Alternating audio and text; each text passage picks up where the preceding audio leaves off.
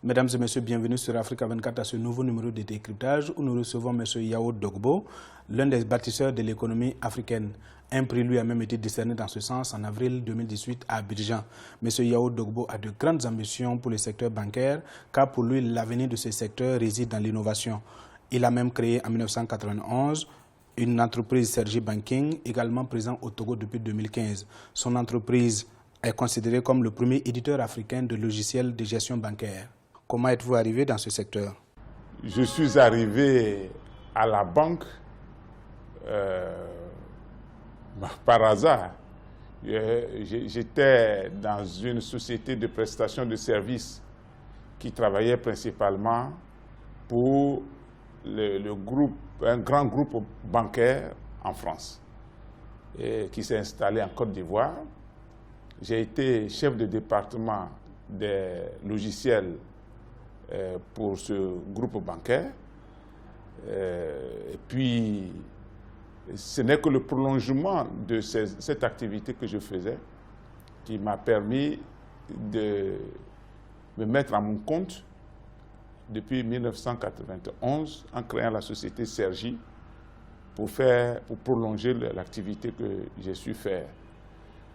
Aujourd'hui, nous sommes à la tête ce qu'on appelle un ERP, c'est-à-dire un ensemble de 82 modules de logiciels qui traitent la banque d'un bout à l'autre.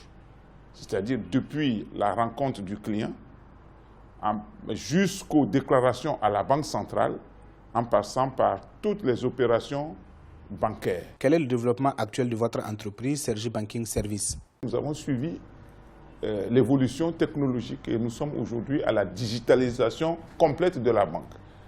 Ça veut dire que nos logiciels peuvent être déployés partout où existe l'Internet.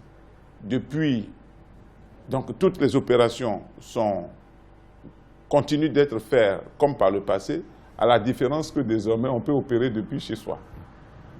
L'essentiel, c'est d'avoir accès à Internet. Le 27 avril 2018, votre entreprise Sergi Banking Service a été couronnée grand bâtisseur de l'économie africaine à Abidjan, en Côte d'Ivoire, au cours de la 9e édition des bâtisseurs de l'économie africaine. Que représente ce prix pour vous? Mais je pense que c'est, toute modestie mise à part, c'est le résultat de l'abnégation, du travail bien fait depuis de très longues années. Je vous parlais de 1991. À ce jour, ça fait quand même un bail que j'y travaille. Je suis passé par toutes les générations de l'informatique jusqu'à ce jour et je crois que nous, à Sergi, et personnellement, nous n'avons plus rien à envier aux sociétés européennes, occidentales, dans le même domaine. D'ailleurs, je crois que ce prix est la reconnaissance des grands succès que nous avons remportés ces dernières années. Non seulement nous sommes la première société africaine à produire des logiciels de ce niveau. Pour les banques, la banque étant le secteur d'activité le plus complexe qu'on puisse avoir aujourd'hui au monde, et nous y sommes, et en bonne place. Mieux que ça, nous sommes sortis quasiment majors du grand concours que la BCEAO a lancé de manière indirecte en mettant en place, en œuvre, les nouvelles réformes appelées PCB 2 et BAL 2, BAL 3. C'est une opération qui a duré 2 ans, depuis 2016 même que ça a été lancé et qui prend fin maintenant. Et au passage, nous avons la première société et la seule société à avoir donné totale satisfaction à la Banque centrale. Et 40 banques nous font confiance dans l'écosystème bancaire aujourd'hui, dans l'Afrique de l'Ouest.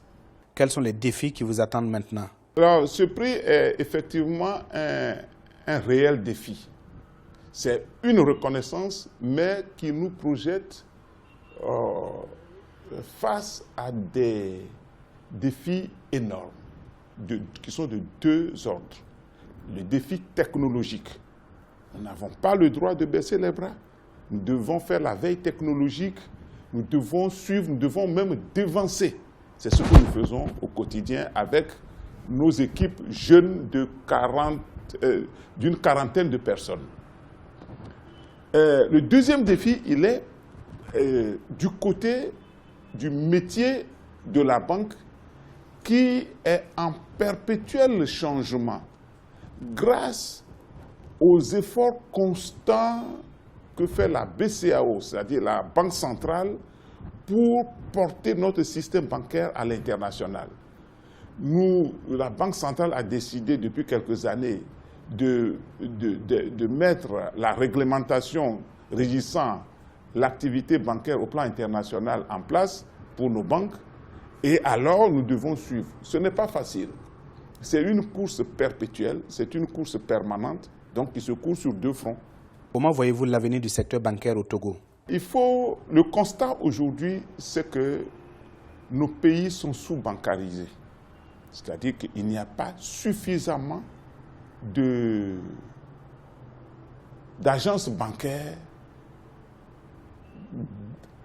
par rapport à nos populations. Quand on prend un ratio, aujourd'hui on parle de taux de pénétration de 10-15%, ce n'est pas du tout suffisant par rapport à l'Europe où la banque a atteint pratiquement toutes les couches de la population. Nous devons beaucoup travailler pour faciliter cette pénétration-là. Et le vecteur le plus sûr pour atteindre le maximum, le plus grand nombre de la population demeure aujourd'hui l'informatique.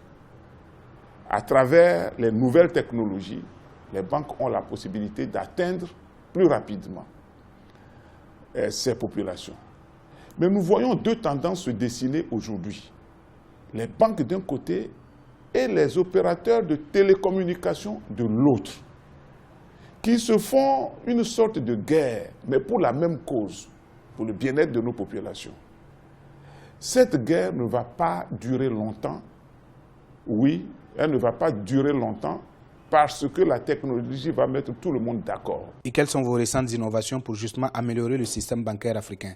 Et nous travaillons sur justement un produit que nous développons aujourd'hui, Telco Bank. Telco pour les télécommunications et banque pour banque. Nous avons déjà en interne un produit qui permet, à partir de votre numéro de téléphone, d'accéder à tous vos comptes bancaires et vice-versa. Et de pouvoir interopérer de votre téléphone portable vers votre compte bancaire, de votre compte bancaire de la banque A vers un autre client, un autre correspondant de la banque B. Les solutions de banque foraine, ou que nous appelons, juste pour rigoler, rural banking, permettra aux banquiers d'aller déposer un guichet dans un petit marché au fin fond d'un village.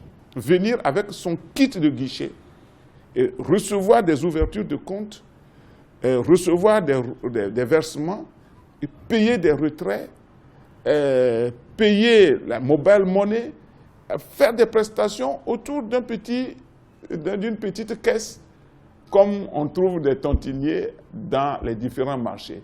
Nous œuvrons pour une plus grande démocratisation du système financier d'une manière générale.